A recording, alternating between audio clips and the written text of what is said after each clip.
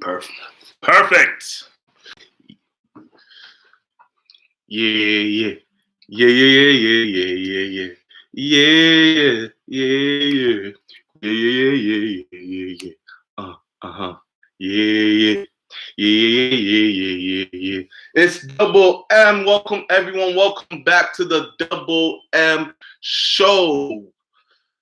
This is like the fifth or sixth, I don't even know how many weeks now of quarantine in the crib episode we've been doing, but we've been rocking. Yeah. You know, the show must go on.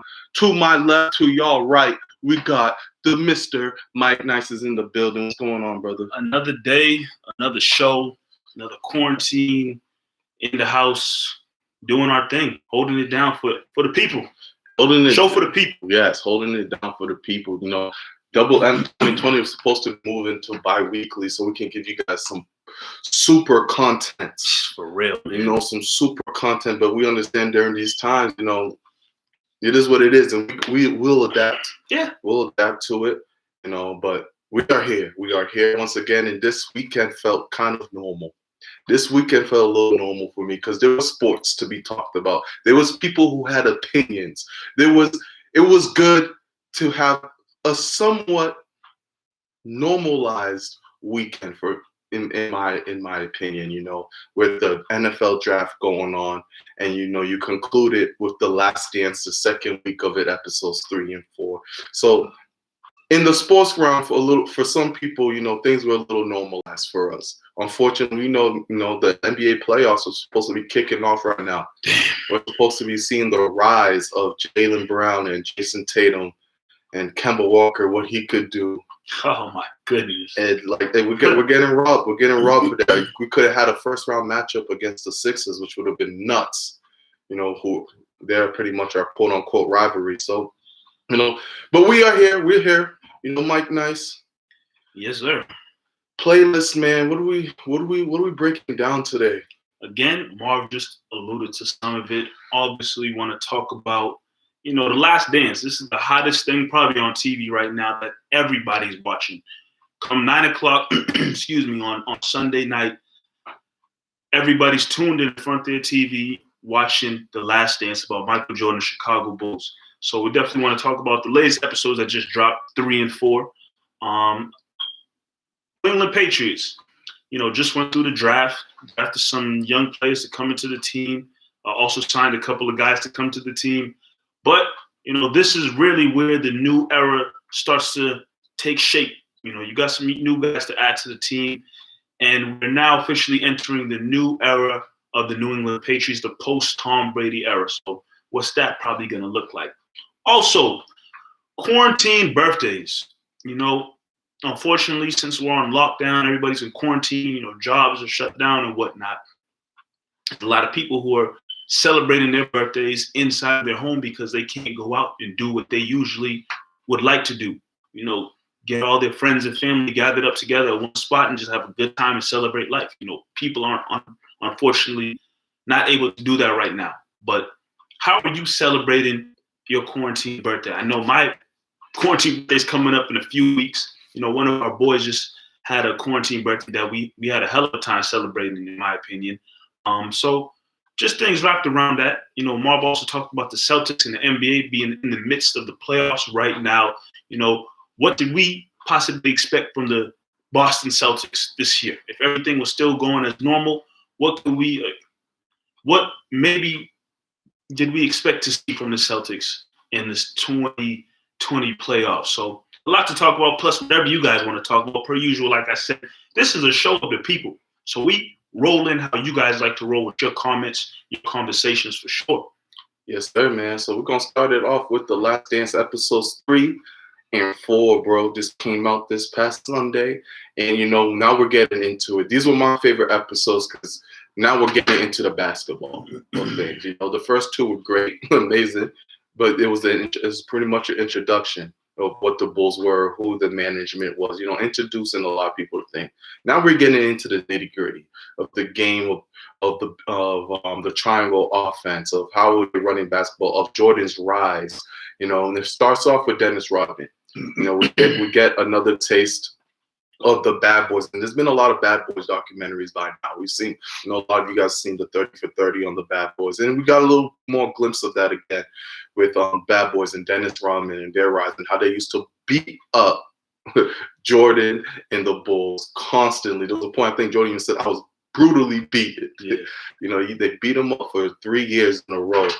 So just your take on that portion of, episode 3, the rise of the Pistons and the Bulls rivalry. Yeah, they put a lot in that episode. The rise of the Pistons, the rivalry with the Bulls, and then obviously a little bit had to do with, Dennis Rodman, how he came into the league. And he came into the league joining right up with the Pistons and was a huge part of, who they were. He was a huge part of that Bad Boys image that they had. And I feel like episode 3, they did a great job kind of breaking down and explaining again Dennis Rodman, how he came to kind of be in the league and his part with the Pistons. But then, you really dive into the fact that, the Pistons, and it's something that doesn't get talked about a lot. And I think I read a comment.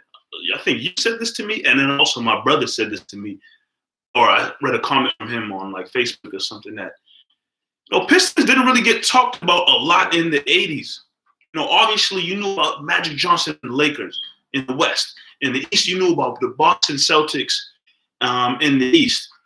And I think even after the Celtics, I think the next team to maybe get a little bit more hype at times was the Philadelphia 76ers, or sometimes even the Atlanta Hawks with Dominique Wilkins. But for a stretch of time, especially towards the late 80s, the Pistons were a team to be feared in the East, but people don't talk about it that much. Is it because of that bad boy image? Nobody wants to play their team, and their best players are getting beat up and brutalized and smacked down on the court. So they probably definitely weren't a favorite. They weren't a fan favorite if you were outside of Detroit. So, that documentary in that episode 3 really took a closer look at what the Pistons were, who they're about, the main pieces of the team, and the style of play that they had that really beat up a lot of teams, but specifically in this documentary, the Chicago Bulls. And it villainized them. It villainized the Pistons. At the end of the day, this is a Jordan documentary, right? Yeah, it is. So we're looking at it from Jordan's point of view. We're looking at it from, the Bulls' point of view. And it made the Pistons look bad. It made them look like villains once again.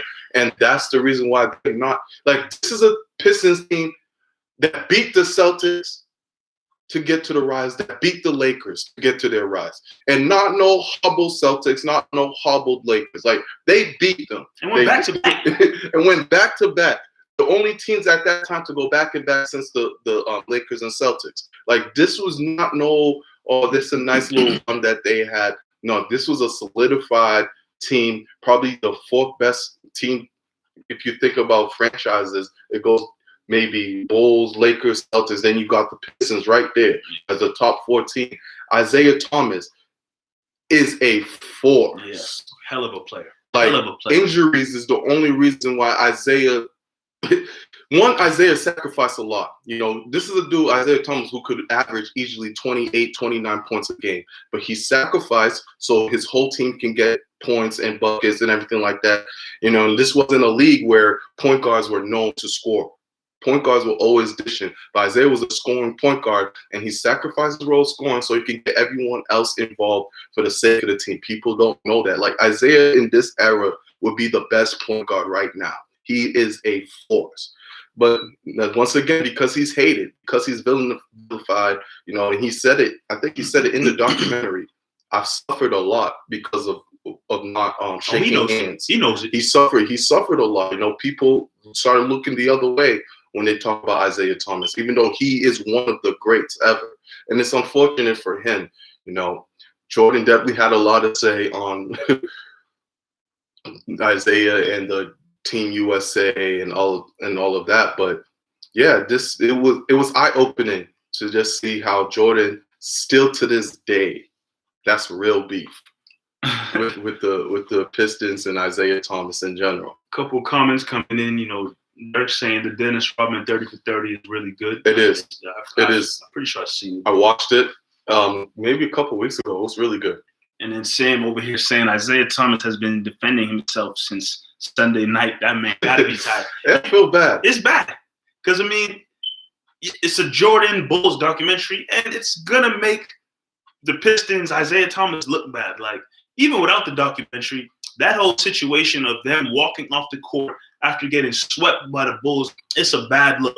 Now they quickly tried to spin it. Isaiah Thomas, whoever else they had in that documentary, they tried to spin it and say, look, that's what it was at the time. You know, the Celtics had did it to them, you know, a few years prior, something that I personally didn't even know. Right. It never gets talked about. It never gets talked about. What always gets talked about is how the Pistons walked off the court not shaking the Bulls' hand, which, you know, the Celtics did it, whatever, the Pistons did it. Either way, no matter how you look at it, it's not good sportsmanship. That's something that Jordan said and maybe another player said. It's bad sportsmanship. You know, a loss is a loss. You could be upset. You know, I fast forward to 2008 and Kobe Bryant, you know, has said that 2008 loss to the Celtics, you know, really messed him up. It hurt him. But I'm pretty sure I remember seeing visions of him at least dapping Doc Rivers up or something. Like, he talks about it. That 08 finals hurt his core. But I know for a fact he gave, you know, props to Doc Rivers, maybe a couple of players, of coaches, and then he made his way up. It's all about sportsmanship. Even kids at a young age, you know, give high fives, walk by and shake hands before you go, you know, be upset about the loss or you go celebrate the win. It's a bad look for the Pistons that still looks ugly to this day. And the thing about the Pistons was different between the Pistons and the Celtics walk-off. Pistons were home. Pistons were home, and they had to against the Bulls. Yeah, they were home against the Bulls, and they had to walk past the Bulls on the bench, head down. Okay, so it's just a bad image overall. You know, Isaiah Thomas, you're the leader of the team, and you're going on, you're saying, oh, you know, it was Bill Laimbeer who orchestrated. It also makes it look bad. You know, it's just that it doesn't look good, and Isaiah. You know, you talk about everyone getting beat up and stuff like that, but Isaiah was a scrappy little point guard, and he was there to annoy everybody. So, like I said, it vilified, made the Pistons look bad. It made the Pistons look real bad in this documentary. And since this is a Jordan documentary, that's how it's going to come out. Sam saying he's out here defending himself every day. I mean, he has to. He has to. People who, you know, not even maybe familiar, like the young kids, like the Trae Youngs and them out there, you know, not familiar with it, they're seeing this, and they're all jumping, on the bandwagon like, I can't believe Isaiah Thomas and the Pistons did that, walk off without shaking hands. I mean, nowadays, after games, players in the middle court hugging, swapping jerseys, all types of stuff. To see that happen, you couldn't imagine seeing that happen in the NBA today. So it's it was a bad look then. You fast forward all these years later, and it's still a bad look. And you know, Isaiah Thomas and the rest of the Pistons, especially Isaiah Thomas, because he's the face of that bad boys team, is gonna take all the heat about it. So he's gonna keep having to defend himself as long as that conversation comes up about the bad boy Pistons and them walking off the court against the Bulls in that series. So episode 3 continues on, like we said, speaking on Dennis Rodman, and I think the one Dennis Rodman story that got everyone talking right now is during, you know, after Scottie comes back. Take a sip for this. After Scottie comes back, I'm just fast forwarding the story real quick.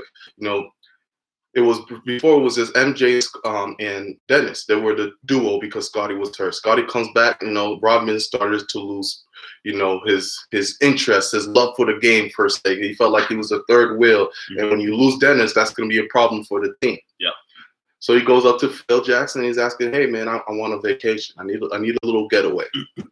Phil, you know, obliges, says, hey, you got 48 hours. If you want to go to Vegas, go to Vegas. And that story is just crazy. Your head coach telling your player, here, go away for 2 days to go get messed up, get all that crap out of your system. I can't believe that. And middle of the season, like they had a game. And he missed it. He was in Vegas while they had a game. But Phil Jackson, once again, I said this last week on episodes 1 and 2, and I'm going to say it again. I really like Phil Jackson. I really like Phil Jackson. Just everything about him, and we're going to get to it. You know, they have their little sequence with Phil too, but everything about Phil Jackson I like. This how he maneuvers, how he's so calm, and he knows the end goal, right?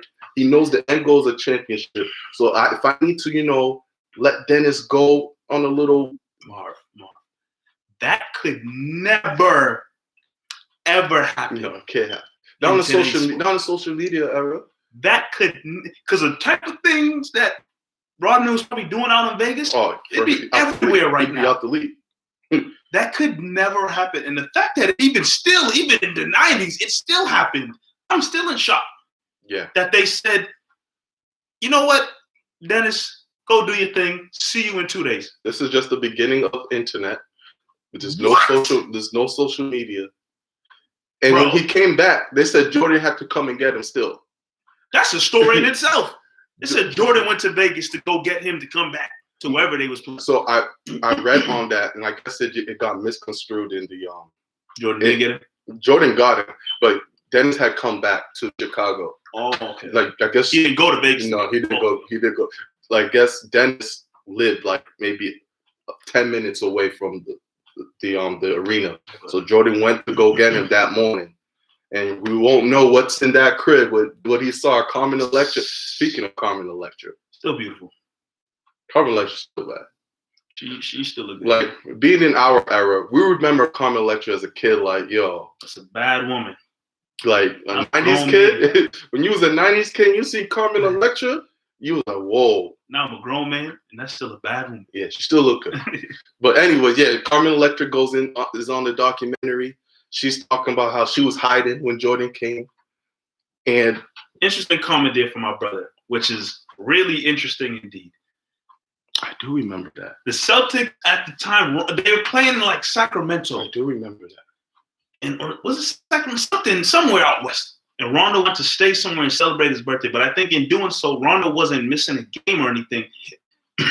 He wasn't traveling with the team the same night. They traveled back to wherever they were going. I do remember that. I don't remember fully, but I remember something with Rondo's something birthday. Like that. He didn't miss a game or anything, if I remember correctly. He just didn't travel with the team the night they flew to wherever because he stayed out there to celebrate his birthday. There's a lot of weird things with Rondo. We can't even get into it. His hand mysteriously breaking before. That is also crazy stuff. But Rondo has some stories there. But back to Dennis.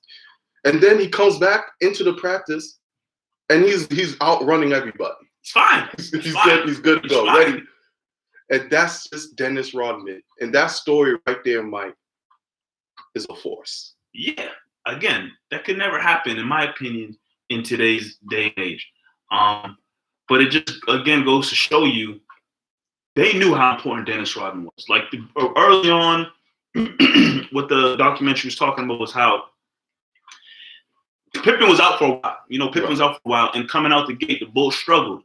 And there was one game where, Dennis Rodman screwed up.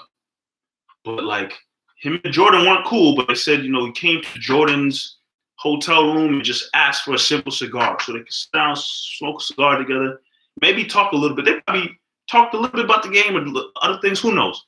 But he said from that little, get together right there, things switched, and Dennis Rodman started playing out of his mind. The Bulls went on a crazy run. So just that goes to show you how important they knew Dennis Rodman was to the team. They needed him. And he said it himself in the documentary, Jordan's nasty, greatest of all time. Pip is nice, great number 2 man. But the things Dennis Rodman did on the court, like when he started breaking down how he read rebounds, yeah, that was my dope. Goodness. That was dope. My goodness. And I'm glad that's why I like it got to the basketball. I've never heard Dennis Rodman talk like that. It got to the basketball. Like you get to see Dennis down how to get rebounds in position. I knew Jordan's shot. I knew Jordan's shot would do this. You knew other players' shots. Then I studied other players' shot. That right there, that made you appreciate Dennis Rodman. Like Dirk brought up the 30 for 30. The 30 for 30 did not bring that up at all. Like obviously they talk about how great of a rebounder is, but to get to his intellect, basketball player. To get to his intellect, wow. that was super. That was real dope, man. Bulls needed that. They needed that. He was important, and I felt like Dennis loved the fact that because 96 he had a great year. I looked at 96. Dennis Rodman's year was a force. 97 they did what they did, but in 98 he finally saw like, yo, Jordan needs me. Scotty's gone. Jordan really needs me. 3 years with Dennis Rodman to keep him focused for 3 years is a hard task. This is where I struggle. Because, this documentary from the jump and for the rest of the episodes, it's in a sense going to make Jerry Krause look like a bad guy because he broke that team up. He broke the team up when it boils down to. But my goodness, he put together a hell of a team. He put a great team. Getting Dennis Rodman, because they was like, yo, we know he's crazy and all that stuff. But when that guy focuses on basketball, they're not three-peating. They're not three-peating without Dennis Rodman. You gotta give Jerry Krause and the team around him their props for going to get Dennis and adding him to that team for that second three-peat. They don't have Dennis Rodman doing the dirty work and the rebounds and the second chance points, offensive rebounds, whatever. They're not having that much success. And it'll be much tougher, if anything. And once again, unfortunately, he's passed away, so he can't speak his part. But it comes down to the owner. I feel like the owner, because the owner is, he's there, he can just push it all on Krause. Oh, Krause was the one, but you're the owner, and you cannot.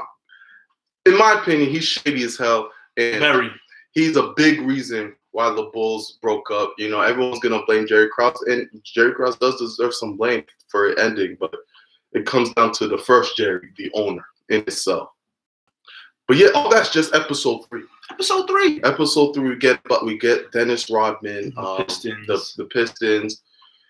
Well, sidetrack, not even a sidetrack. Another thing, Jordan's great in this documentary. He explains everything to the T. He's not holding back. One thing about Jordan, he's very reserved. You're not going to see him do many interviews. He's very to the book. You see it in the documentary how polished he is. Yeah. He's very polished, very smart, very tactic on everything that he says.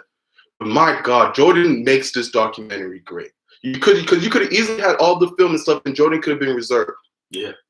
Protect his image and everything like that. And he has already come out. People are going to hate me. I think we're going to see that in the later episodes coming. But he's very direct. He's very open. He's very, he's letting it all out. I feel like he's had a burden. This is the biggest superstar ever who's had to keep a lot of things inside. And he's finally, 20 years later, 30 years later, he's finally able to sit down and say, "Oof, here's my story. This is how I feel."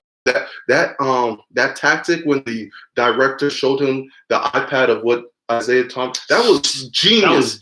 That was genuine too. It was genuine, but think of doing that. Like, hey, Jordan, here's what Isaiah's gonna say. You caught a beautiful moment right there. Straight real ass, this is how Jordan, not putting on no front for the cameras and the media.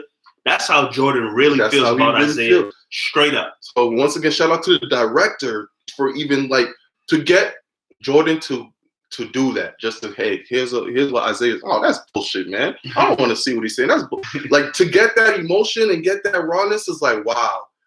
So another prop to Jordan because he really makes this documentary go by being open. You see a lot of documentaries, players are gonna beat around the bush and stuff like that, but you get some real raw moments. What's his name?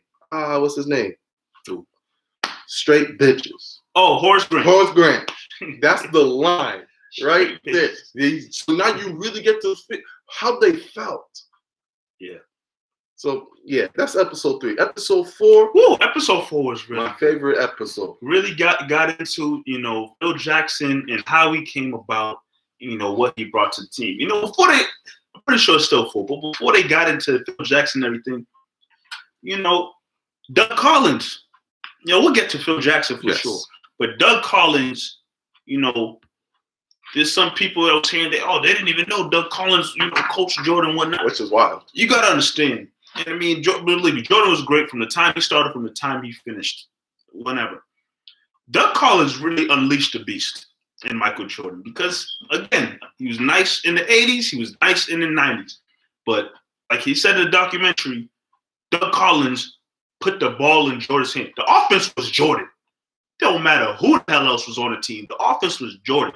They shared the stats of that one season where he won slam dunk champion, defensive player of the year, scoring title, MVP of the All-Star game, all these things. And he was in the 80s scoring 35, 37 points a game for the season because Doug Collins really let Jordan. Because, I mean, I think in college, Jordan was good, but he wasn't no big-time scorer like that. When you had James Worthy was the best player. Yeah, they had other players, and the system that they had at North Carolina, it wasn't going to be Jordan doing everything. So people understand, Jordan was good in college, but he wasn't no crazy scorer. But when he got to the Bulls, and Doug Collins had control of that team, and once they figured out, okay, Jordan's super athletic and can really fly and do all that, the offense was give the ball to Jordan and get the hell out the way.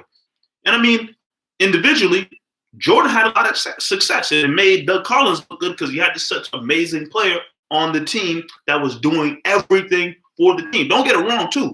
Jordan was scoring 30, but he was getting, averaging 6 assists and rebounds, like and steals too, because he's defensive player of the year. So Jordan was doing a little bit of everything, but he was a major big-time scorer, and Doug Collins himself really unleashed that beast upon the league. So I'm glad you brought up Doug Collins, right? Because as much as I'm praising Phil Jackson, there was some shady business going on with Doug Collins and everything. Yeah, there was some. I wish they alluded to it a little bit more. I don't think the transition between Doug Collins to Phil Jackson. I think Doug Collins said all he needed to say. Yeah, there was that part where they was asking him. He was just like, I knew that. He said in the middle of the season, I had a feeling that Phil Jackson was going to be a coach. He didn't say I had a feeling I was going to get fired. He didn't say I had a feeling I was going to replace. He said I had a feeling Phil Jackson was going to be the coach. And right there, that's weird. That's your assistant coach. Yeah. That's your assistant coach, and that's just weird right off the bat. And then we hear, obviously, Phil Jackson revered Tex Winters, and Tex Winters is the guy who had this triangle set up. Doug Collins like, yeah, cool, triangle. Get the ball to Jordan. We don't need all that triangle wish-wash.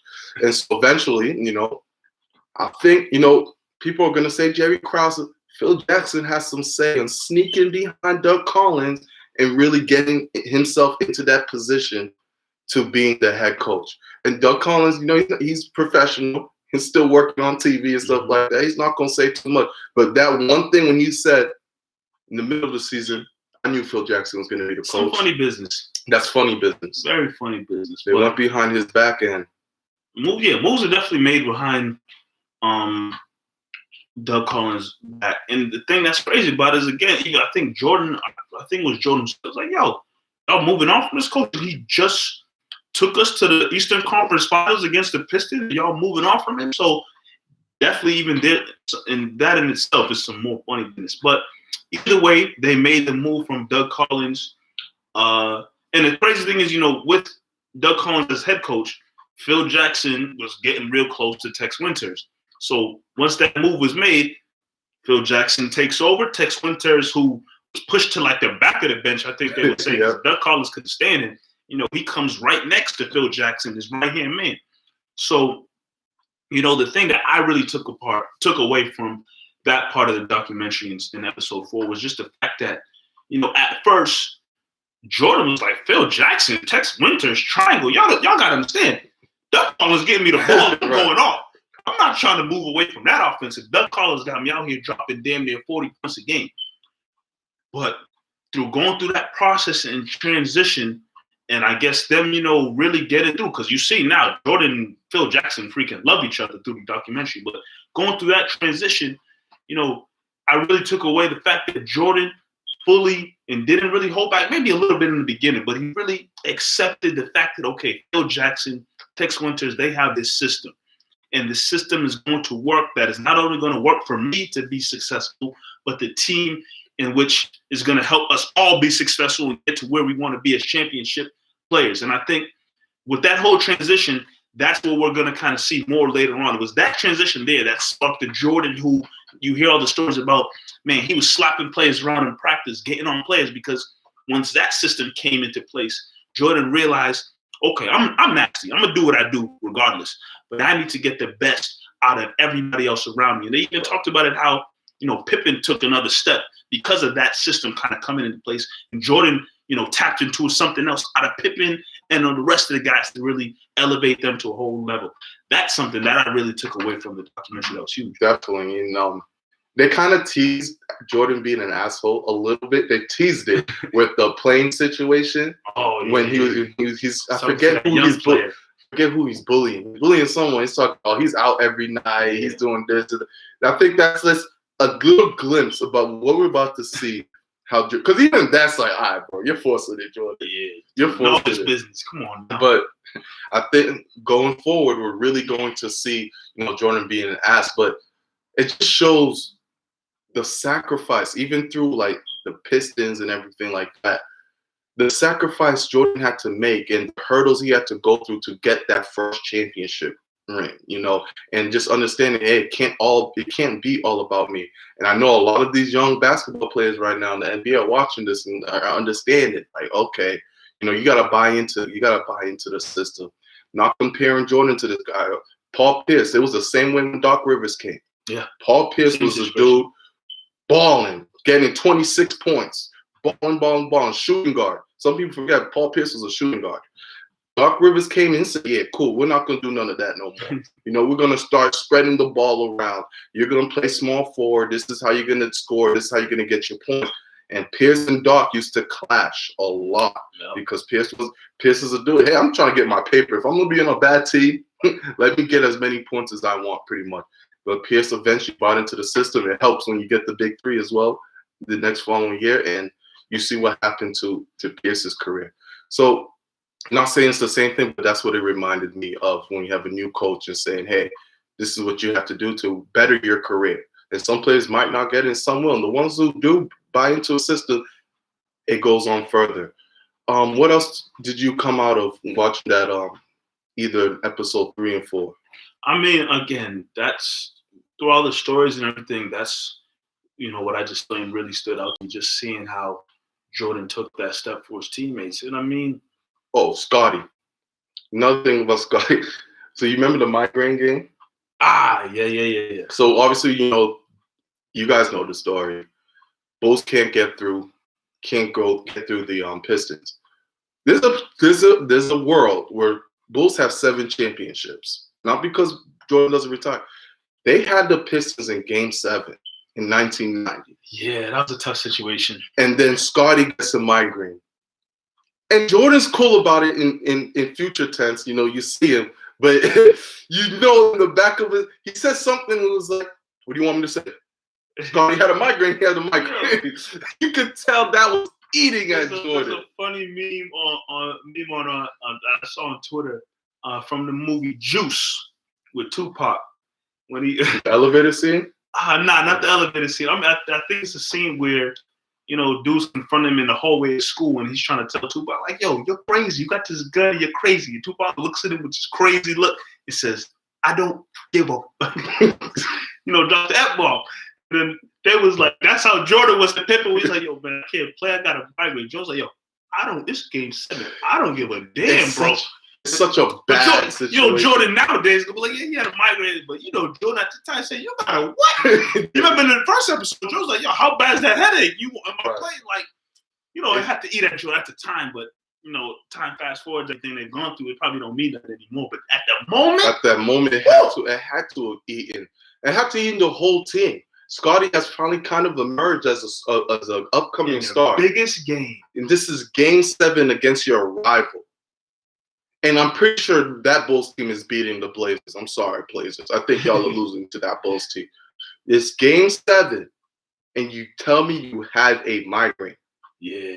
It's unfortunate for Scotty because obviously he did. They showed the highlights. Boy was done. He looked bad. He was on another plane. He was out of here. Trying to dribble the ball. So yeah, the migraine game, and so they had to wait another year. And Mike, this is something we spoke about. We always joke about the 2014 Spurs. How when they lost, or was it 2015 Spurs 2014 Spurs, when they lost to the Miami Heat the first time, that next year was a blur. It was just the Spurs were on a mission. It didn't matter who were they gonna face. They beat everyone and beat Miami Heat in 5 games quick. That whole year, that whole season's a blur. That's how it was for the Bulls. After they lost that Game 7, 91, that season was just, all right, we're gonna do whatever it takes to beat the Pistons. They got big, they went to the weight room, boom, boom, boom, beat the Pistons in 4, and the rest is history. Yeah, that transformation is something else just to even talk about a little bit more. That transformation that, you know, you always heard how, oh, Jordan got beat up by the Pistons so much, you know, he had to really get big and whatnot to make that transformation. But it was really not only him, but the whole team. You know, I know B.J. Armstrong came and said, well, I evolved and whatnot. But literally, for real, that whole team had to get to another place and to be able to handle and beat the Pistons. You know, even Horace Grant, I don't remember if this was in the documentary, if this is a separate video I was watching before. I mean, during another time. But I think Jordan or someone was saying how Horace Grant was one dude who used to cry and complain. Oh, this was off of some ESPN article I was reading. Horace Grant used to be one dude that used to cry and complain to the refs, especially going up against the Pistons, who used to knock them down to the floor. And it's one thing that Jordan first tried to instill in himself and then instill into other players, like, yo, you can't show the other team or anybody else show weakness. This article I read, I wish I knew. It's in the documentary. No, it's a separate article I read off of ESPN, how Jordan during that time, like, yo, he didn't want nobody to know any type of weakness. They didn't want nobody to know his injury. He even went as far as saying, yo, if the Pistons knock me down on the floor, don't come help me up. Because I don't want them to think like I need help. I can't do this, X, Y, and Z by myself. Like, I don't want to show them any weakness. So that whole team, not only just Jordan, that whole team really had to go through a major transformation to become, you know, strong physically and strong mentally to go up against that team. You know, they went through a lot. And like you said, they came back that next year. They smacked the Pistons in 4 or 3, whatever it was at the time. I think it was 4 games. Yep. And then they went to the finals. The Lakers got the first game, but after that, it was a Magic, and them Lakers couldn't hang with Jordan and the Bulls anymore. So,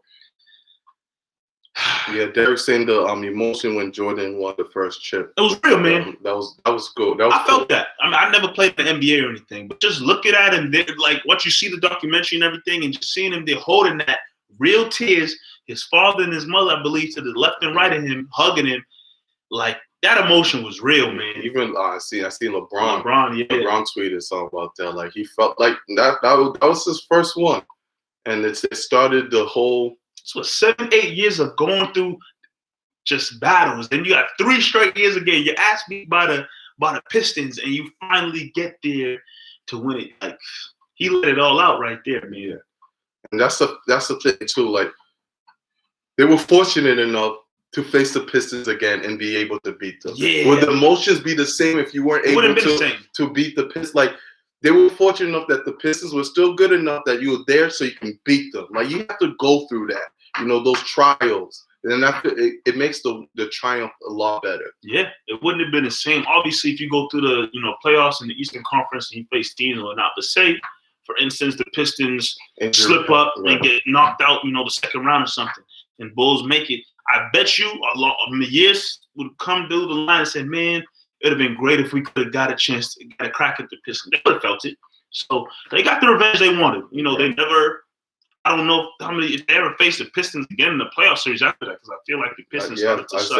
Isaiah got hurt. Yeah, it wasn't the same. They weren't the same after that, but I know it felt good to get that one crack at them and beat them the way they did and then move on from them. So, yeah, great episodes, man. Great 3 and 4, really good. Really good.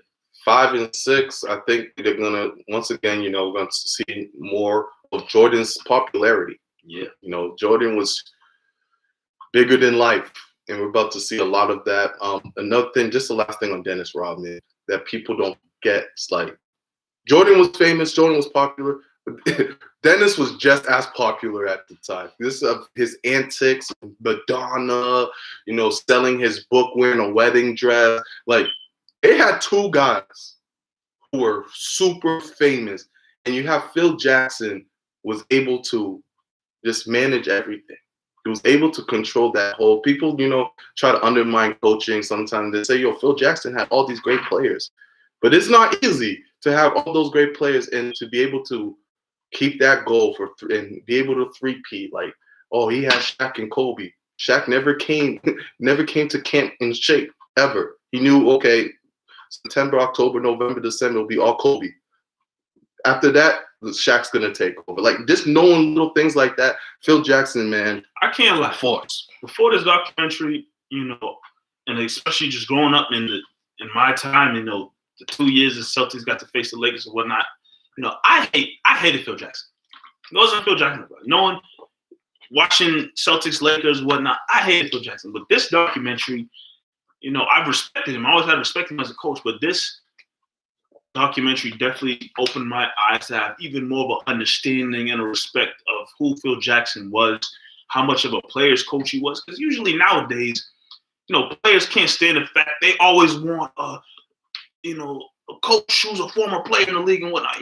Phil Jackson was in the league a couple of years, whatnot, but don't disrespect that man, Mike. Phil Jackson was in the league a couple of years, bro, but he wasn't nothing special in my opinion. Either way, he found a way to connect with his players on deeper levels. Like him and you learn from that documentary, him and Rodman were like kind of tight. They had a tight connection. You always hear about him and Jordan and whatnot, but him and Rodman were tight. But can't wait to see what episodes 4 and 5 have in store for us. Again, Marv and I will be watching. I know you guys will be watching as well. The Last Dance, man. This is really the greatest thing on TV. It's fun. It's a fun watch. We really just spent 40 minutes just talking, just recapping.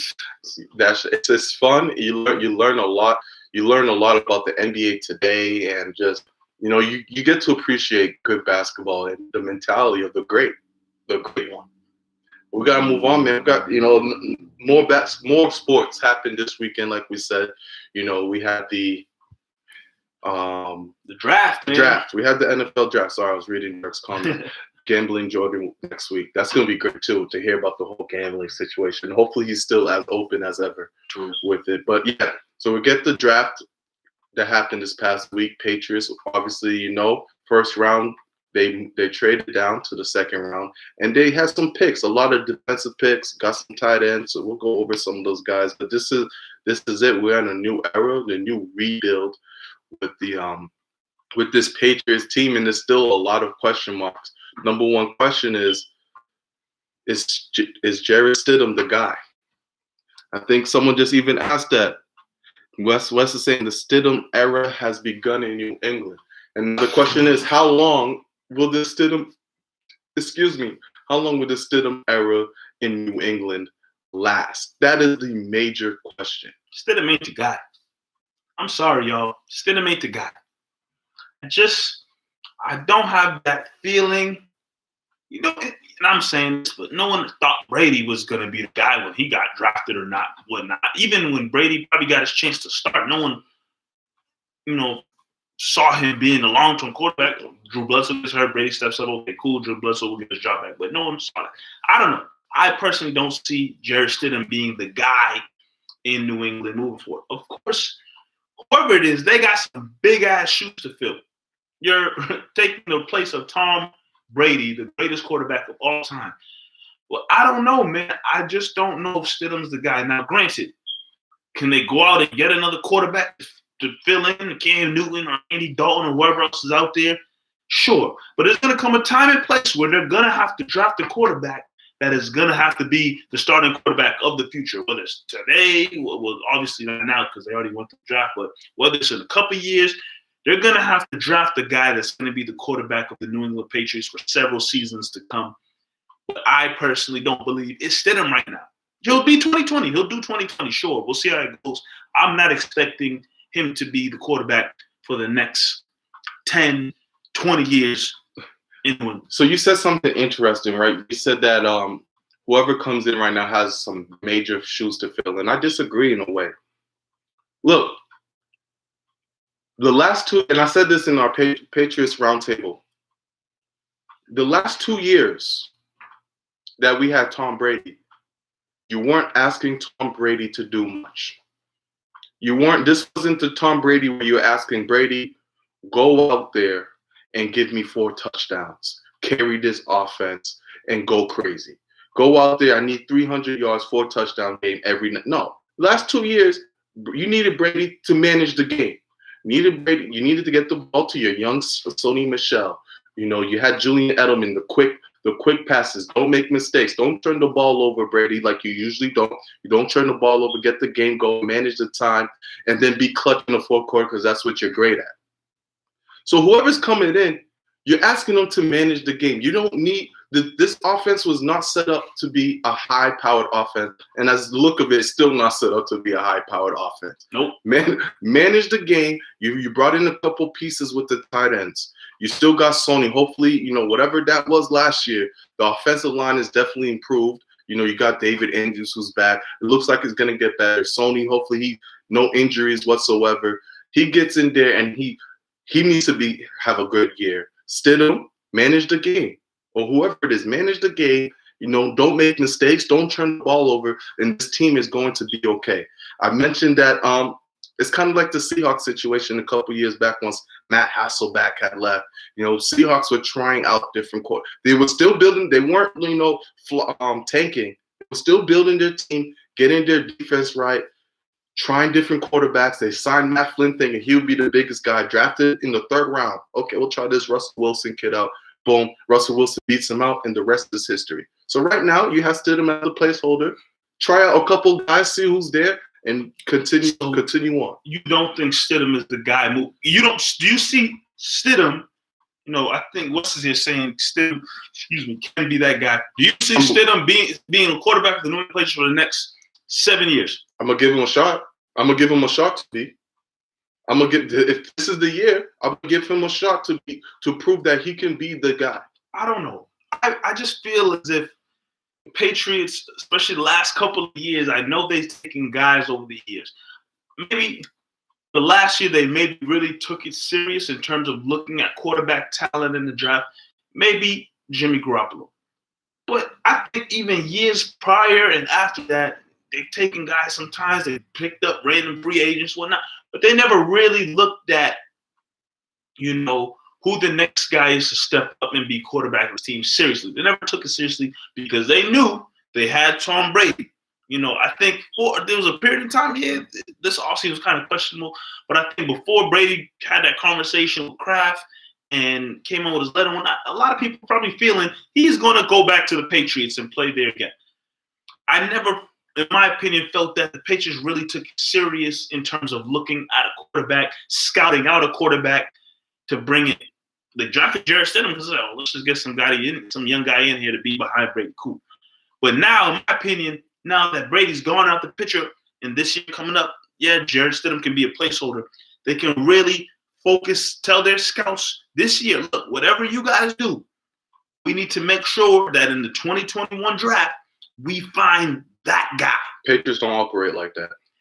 They never have. But it's a new era, Marv. It's a brand new era. They never operated where they're like, this year we are going to seek out the quarter. If they felt never had to. If they felt like they never had to. They had to. They had to. Your quarterback's 40 plus. They had to. They've always had to. They just go by what the Patriots just do what they think is best for the team.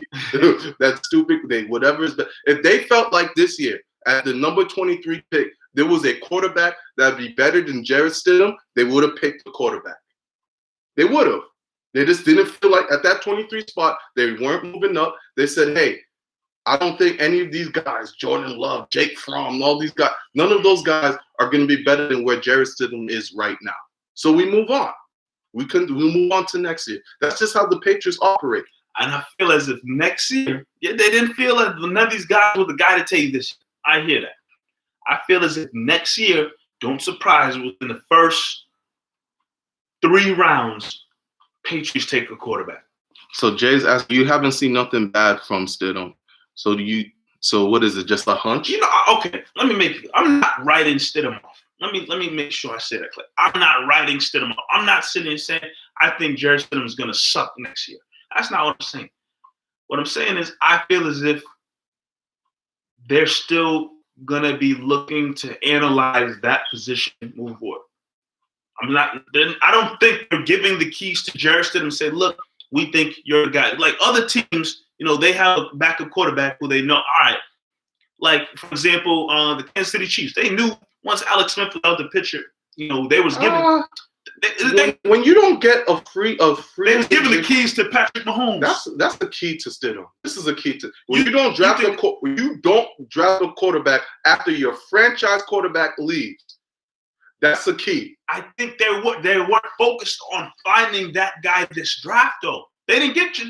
Yes, they didn't take a quarterback this draft, but I think that they weren't focused on it.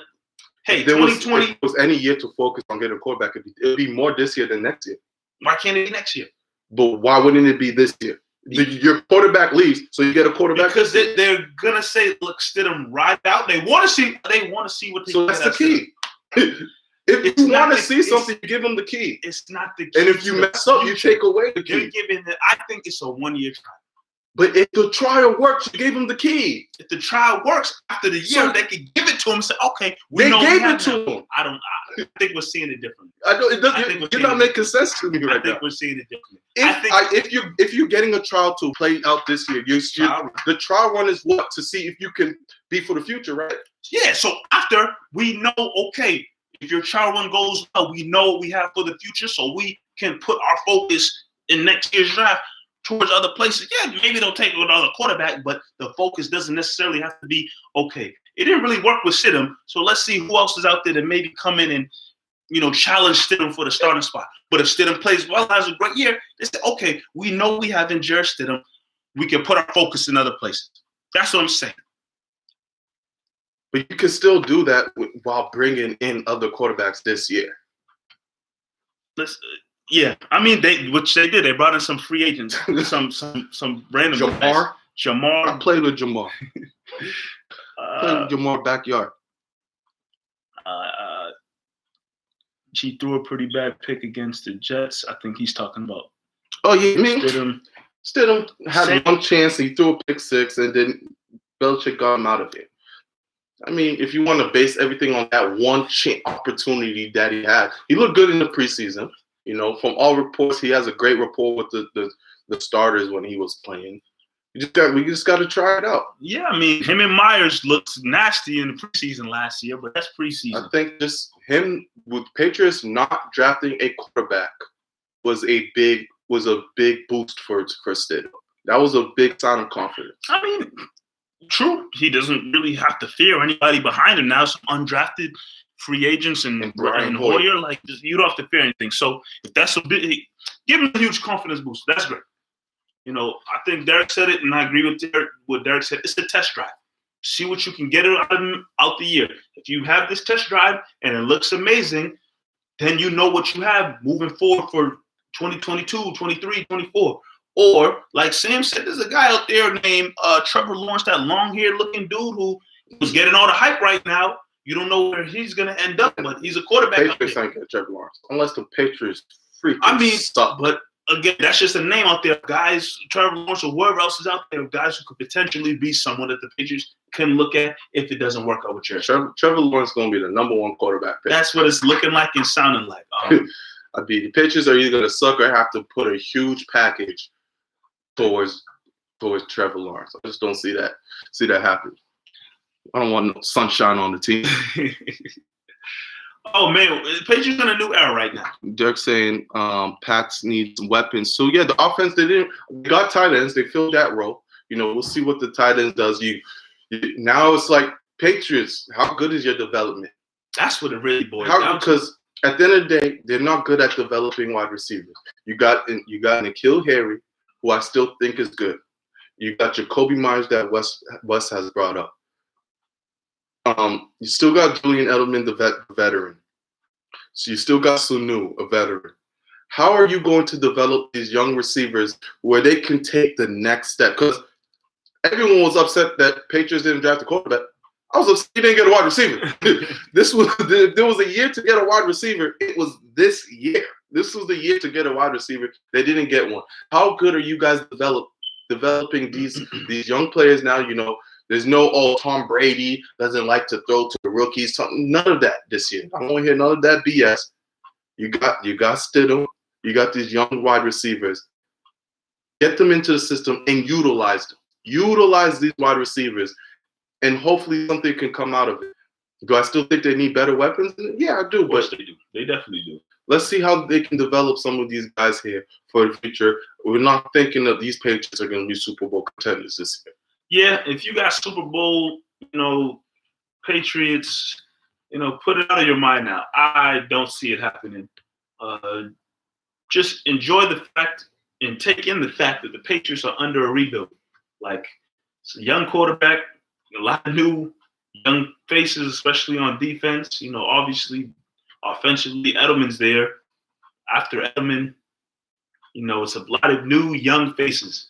So just embrace it, take it in. Let me make sure this is clear. There is a possibility the Patriots could suck.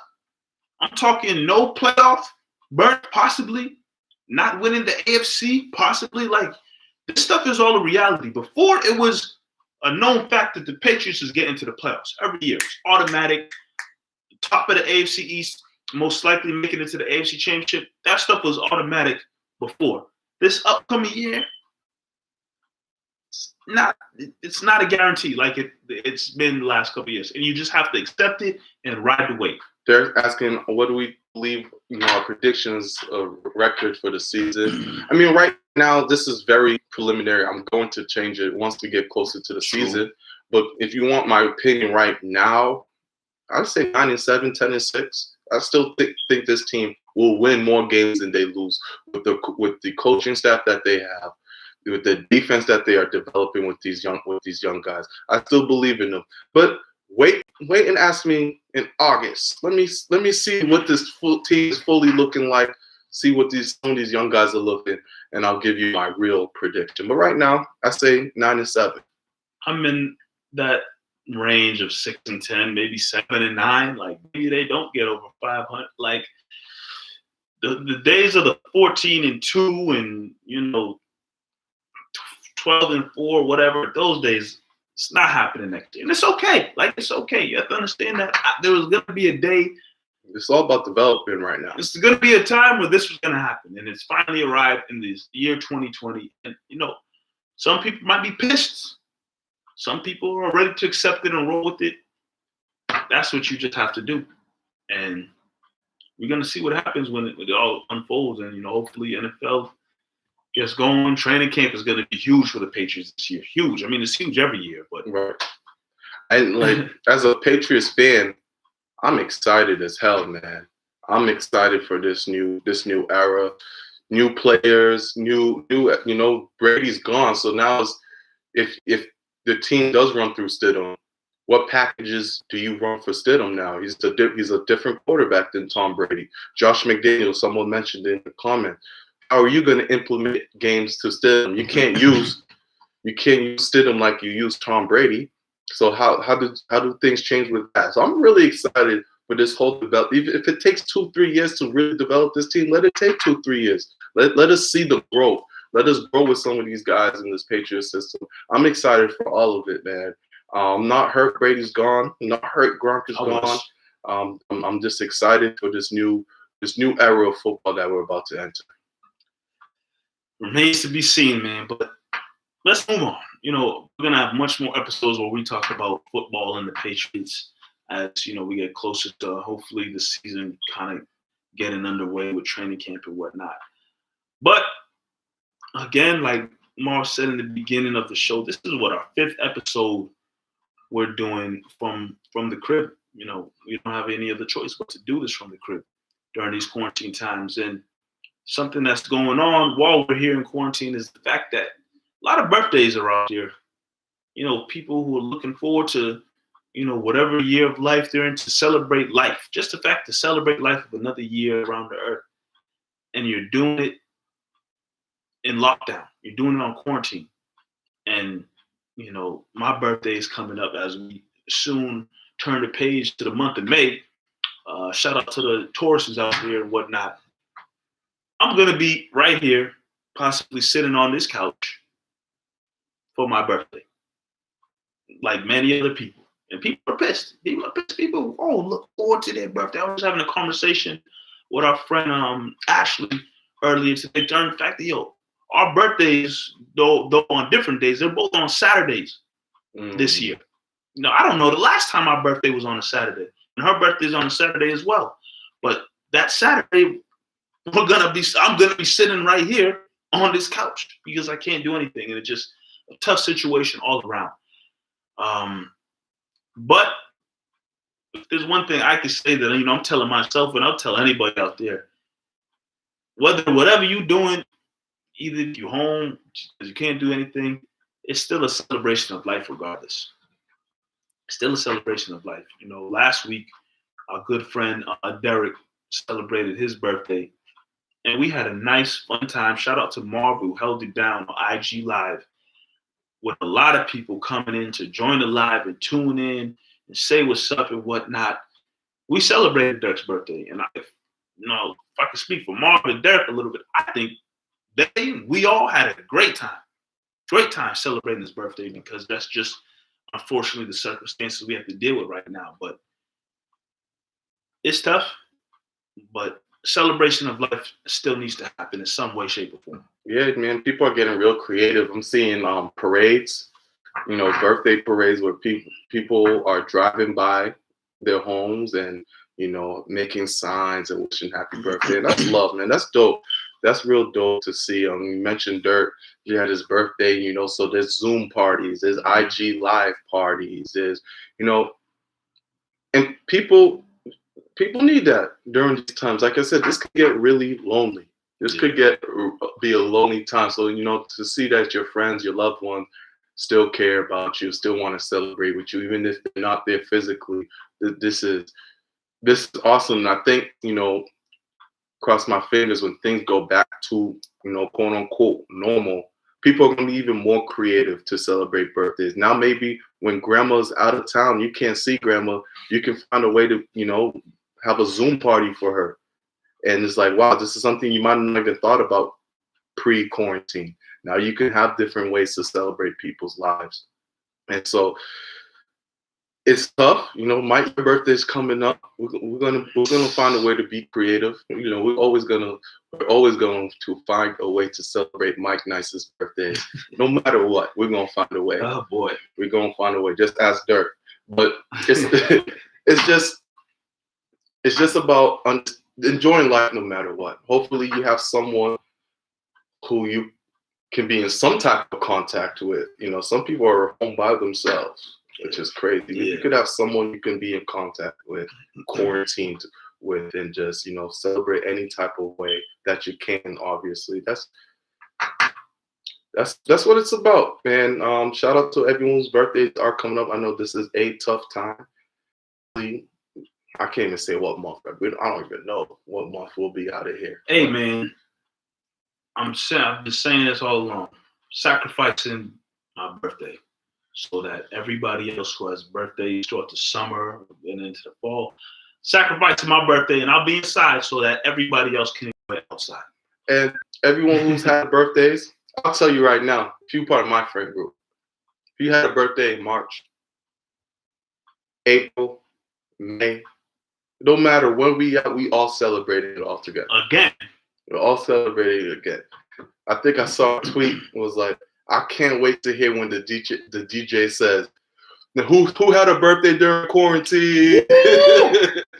Whoever you are, whoever gets on the mic and says that, oh man. You're going to hear a lot of, how the DJ is like, yo, who's celebrating a birthday this week? Da, da, da. When the DJ goes, who celebrated their birthday during quarantine, you're going to hear a lot of cheers and a lot of yells. And people who's out and they hear that by the DJ, they're going to lose their minds. Yeah, it's going to feel good. It's going to feel good. It's going to hit them like, yo, I had a birthday while I was in my crib in my pajamas doing nothing. Now, thankfully, we're finally out and about and I can celebrate life with my people to the left and right of me. Oh, my goodness. Like my sister turned 21 during quarantine. Ish. That's something else. But, Dirk said, mask off by Future is going to have a whole new meaning. Wes said that. Oh, sorry. Wes said it. No chop. But yeah, Wes, that's a fact. Wow. I haven't heard that song yet, but when I hear it, it's going to be different. Yeah. Wow. I mean, again, I try to stay optimistic every day, man. Optimistic that we're going to make it out of this. And when we do, it's going to be a huge celebration of life. Like, again, as well as the birthdays that, people were during quarantine, and just the fact that you're able to be out about again around your friends, family, loved ones, whoever it gets, it's going to be a huge celebration of life. So if you come on this show, you hear us speak, one thing you're going to hear from Marv and myself is nothing but optimism, because I see the light at the end of the tunnel. And I believe that We're gonna be good. It's tough time for sure, but there's gonna be a day where we can enjoy times together again. People got pictures that they post all the times of being out and about with their friends, doing different things. Whether it's at a birthday party, a wedding, riding in the car. It just gives you something to look forward to, in my opinion, of doing that stuff again, cherishing those moments again. Right. Like, speaking of Eric, once again, obviously it's his birthday that just passed up, so the memories of his birthday a year ago, came up on Snapchat, man. And I've seen these videos before, but being in quarantine and seeing the videos of me and my friends taking selfies, me and my friends dancing, having fun, just being around each other, being goofballs, it hit different. It hit different this time around. It was like, wow, this used to be the norm. Yeah, right? We used to be outside and birthday. All right, we gonna get ready, look fly, and hit the town and hit the city and do whatever to celebrate your life, man. So those snap memories, us celebrating birthdays and stuff. It was something. But like we said, we're gonna be creative. We're gonna find different ways to celebrate, even if it is virtually. That you got some people there that are gonna hold you back. And that parade thing, man. Whoever are doing that, that's dope. That parade stuff's real dope. It's working. Again, creativity is huge right now in terms of what you do for people. But yeah, one more topic, Marv. One more topic before we hit the road. And it's something that we talked about in the beginning of the playlist. Right now, if we can get back to sports a little bit, we'd be in the midst of a playoff run, well, the playoffs in general for the NBA. But our hometown team, our favorite team here, the Boston Celtics, who, from the beginning of the season up until things getting shut down, look like they can be a serious contender in the Eastern Conference. Coming into the season, you're like, all right, we saw how they collapsed last year. Who knows what to really expect? They lost two great players in Kyrie and Horford. We bring in Kemba and add in a few pieces here and there, but who knew what to expect from this team? But they got off to a hell of a start, battling for, possibly the second seed in the East. That second seed was gone, but they were still close. That second seed was gone. It was possible to maybe get it, but top three team in the East, right. Though. And, whoever, I don't think anybody really thought if we could go back to our prediction. I know I have predictions. We have predictions on IG that we did, Marv. That's what we should do. And if you can look let's go through our predictions. Let's go through our yearly predictions. Okay. I got it right here. It's on Double M's IG. So I'm looking at it right now. If we're just talking about the Celtics, I had the Celtics third in the East, which is I think where they were. Yep, I had the Celtics third in the East as well. Yeah, where they were. At the time where quarantine happened and everything got shut down. I had the MVP, Giannis. I had MVP, LeBron. That was either or. We're not doing bad there. Defensively, I had Kawhi. I had Kawhi too. Sorry. And I now understand Kawhi will never win any major accolades ever again. I thought, going to Clippers, resurgence, but Kawhi's just going to be on this low management. And another thing is, now teams, especially with Paul George being really hurt, teams are relying on Kawhi to score a lot more, be more offensive minded, and you can just express both energy on both sides of the floor. I had Zion as Rookie of the Year. I had Ja Morant. So again, that's probably leaning more towards Ja because of the longevity. I mean, he's been there from the start of the season, but either or, Zion was having a hell of a year once he got going. And then most improved, my goodness. This guy's wasn't even in the league anymore. I had Isaiah Thomas. Sheesh. Mine was pretty close. I had Jaylen Brown. I picked the Celtic. I think Jason Tatum might have been close. Yeah. Might have been close of getting the most improved player of the year. Tatum, you had Brandon Ingram. You had a couple of guys battling for the most improved. But yeah, man, our predictions weren't too bad. If we're talking about rankings, boy, were we wrong from both sides. Rankings are bad. We had I think it's just because we had the Sixers. We have Sixers being either top one or top two teams, and they're most likely going to be the Sixers. We underrated the Raptors. Raptors Heart of a champion, man. They've been fighting scrappy all year. Think in a series of 7, Celtics were going to beat them out eventually with the emergence of Jason Tatum. But yeah, Celtics right now, West said Eastern Conference Finals is where they would have been. I have the Eastern Conference Finals. I think it was going to come down to Celtics Bucks Eastern Conference Finals. And from there, Bucks were a lot more physical, obviously. Bucks were more physical than the Celtics. But, anything could have happened in that series. I don't know what Kemba was horrible the last few weeks of the NBA season. He was dealing with knee injury. The knee injury came back. It was bad. Let's say what it was. He was bad. He came back and he was not good. it looked really bad. Tatum, teams start to figure him out a little bit with the double teams because he just had crazy February. Yeah. So teams was trying to figure him. The Celtics were struggling.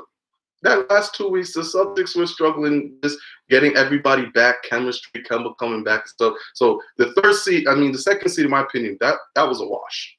That was over. But they probably have the third locked. The third was going to get locked. And, Celtics were obviously going downhill. I thought that this little shutdown was going to be good because, hey, Jaylen Brown's going to get healthy because he was hurt. Mm-hmm. Kemba's going to get his knee right. But I don't even know if we're going to have a season anymore. So I'm just – but, yeah, I just feel like we got robbed of Tatum's moment.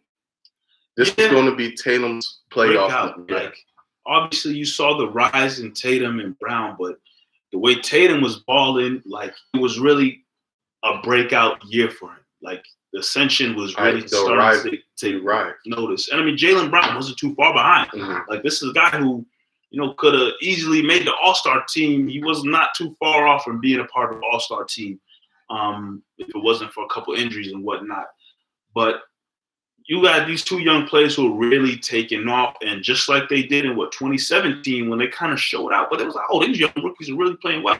Now they can take all that experience they had, fast forward a couple years later with an older, more mature, understand the game much better, and really get to show where the ball is going to be in their hands. Like in 2017, they weren't expecting to be the number one and two guys on that team. Right. It was expected to go through Kyrie, Hayward, and maybe Horford, and then those two guys being, kind of role players in a sense. Got this year where it's like, okay, Jaylen Brown, Tatum, we need everything from you. We need scoring. We need defense. We need rebounding. We need playmaking. We need all of this from you. Kemba, obviously there. Hayward, looking like he bounced back. But this was the year you really needed everything from those guys. And I feel like they were ready for it. They came into the season from day one of the regular season looking like they were ready to be players on a different level. I think Jaylen Brown said it best, leading up to the season, like, yo, forget all the noise, whatnot, the nonsense. Look, I'm just coming to play and ball and show what I can do. And they were doing that. And it's a damn shame. It's sad that it got cut short, man. It sucks, and they had an opportunity to play spoiler in the Eastern Conference. Bucks are a clear favorite, and deservingly so. The Bucks are nasty. Giannis is a force. He's a guy who I believe right now, forget the predictions we mentioned, but he's a guy right now who I think could be MVP and Defensive Player of the Year, first time since Jordan. Like he's had that type of year. But I feel like the Celtics could have had a chance to get them. They could have had a chance if Tatum was going to play as spectacular as he was. Kemba was healthy. I think they were going to be able, in their defense, Celtics were a good defensive team. They might have had a chance to really make this a real good battle. And we're getting robbed from that. And the crazy thing about it is, maybe I'm crazy, but the Celtics, the favorites coming out of the West, Clippers, Lakers. Those are the two favorites coming out of the West. And the Celtics played both of those teams really good during the regular season. They beat the Lakers. They blew the Lakers out one time, and then I think they played the Lakers again, and they lost a close game. Yeah. The Clippers, didn't they beat the Clippers too, and they lost another close game? Yeah. Like, they played those two top teams in the West really good. So, in my mind, if anything, the Bucks probably pose the most threat because nobody really has an answer for Giannis, and Celtics definitely don't really have an answer for Giannis. But if they got through the Bucks somehow, some way in a tough battle series, my goodness, I think we would have been in for a very entertaining and close series. if the Celtics were able to get through the Bucks in the Eastern Conference Finals and get to the finals against possibly the Lakers or the Clippers. Yeah. Lakers and Clippers. I think the Lakers and Clippers would have been tougher due to the fact that they just had more weapons and they're more experienced. The thing about the Bucks, they haven't tasted victory yet. They're not experienced. You go in the finals, you got Kawhi and finals MVP. You got LeBron, finals MVP. Like, these guys are experienced. They know what it takes, that extra gear when it comes to the finals. Giannis and those boys, they don't know what it takes. They don't know what it is to be like. And I feel like the experience that the Lakers and Clippers have, we're going to be a tougher matchup for the Celtics compared to the Bucks, in my opinion. And we don't even know if we're going to even be able to get that. You know, Wes asked, do we think we're going to have a season? I don't. I think this season's a wash. Just the fact that it's almost May and we haven't heard anything. I've heard that they're going to open up some things. I honestly think the season's a wash. If it were to be a circumstance, you quarantine every team, you bring them into one location, and you play it out like that. But the more, I try to stay optimistic with everything, but it's tough. The more and more things get pushed back and the months come through and the weeks, and the more and more it goes, like, it's just tough seeing the NBA come back and just picking kind of try to pick up where they left off, or do you just jump right into the playoffs? So you can't do that because teams are battling for playoff positions. And, like, it's tough, man. It's tough to really imagine. If they do come up with a real idea of what not to figure it out, I wish them all the luck. It'd be interesting to see, but it's really tough to really see the NBA coming back and trying to pick up where they left off. In many sports right now, I know all sports are trying to figure out ways. Each day, my phone, ESPN notification goes off for whatever reason. I don't know, but every article sometimes come out. Or the NBA and the NFL and MLB, they're trying to see if this circumstance can work, or they're trying to maybe plan on possibly this happening, or can they play with no fans, or can they play in one location? Like, they're trying to think of many different ideas. Because the risk is so high. Yeah. If you do find a way and someone still gets it in the staff or a player or whatever, like, what do you do then?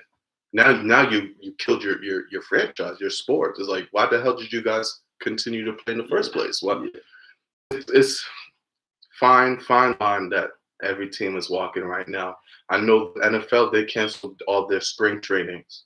All of that is done for. So who knows? If there's one league I know that's going to continue somehow, some way, it's the NFL. Think no matter what they're gonna try to play. I think the NFL is going to do whatever it takes to have that season. If there's one money hungry thing, they didn't give a damn. They came out as soon as the coronavirus. They said, "Yeah, we're still having a draft." I don't know what y'all talking about. They didn't even know how they was going to do it, but they said, "Yeah, we're doing this draft." They're going to figure out a way. It's tough times right now in terms of these leagues trying to figure out how to continue. But again, optimism remains high for me, but it remains to be seen. Final thoughts, Marv. We've been on here for going on hour and 20. Hour and 20. But let's get ready to wrap things up here. These shows, especially with everybody tuned in, dropping their 2 cents in their comments, they can continue going and flowing for even longer. But we don't want to hold you guys up all night long. So, yeah, like I was saying, man, as a sports fan, this weekend felt a little normal. Felt good to hear people's opinions, even if they were crazy.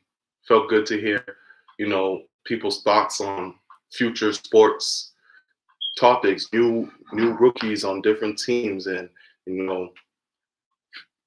I just enjoyed it. I enjoyed watching the draft too. I enjoyed seeing families see that their lives have changed. Like, right away, people's lives have changed for getting drafted. That always gives me a nice warm feeling when watching the draft, and you get to see people at their homes. A lot of people rented out some Airbnbs because them houses look nice. Hey, I would have done the same thing too. What did we think about the draft setup? It's the smartest way, I think, to do it. They made it work. That's what I'll say. They made it work. They found a way to make it work. Cameras or whatever set up in these top guys' houses and get the reactions and whatnot. They made it work. I think 2020, the class of 2020, you're going to see a lot of players in the late rounds, undrafted, who are nice. Because there's a lot of players that didn't get the opportunity to work out for teams or didn't get the opportunity to, speak to coaches and stuff like that one-on-one. So if that's my prediction, in 5 years, 4 or 5 years down the line, you're going to see a lot of players from the class of 2020 like, he was a 5th rounder. Oh, he was undrafted. He was in the 6th round. Like, I think you're going to see a lot of guys who dropped due to the fact that they weren't able to have that one-on-one physical workouts with teams. This is definitely going to be a time to remember in history for sure, man. These quarantine, COVID-19 times. For all of you who are tuned in right now, especially the ones there on YouTube, please please subscribe, to our channel, this video. This is what we do here. Again, like Marv said, if you heard in the beginning of the show, we had big plans for Double M, being in our studio setup, having some guests come on to talk with us about things they're doing in their lives.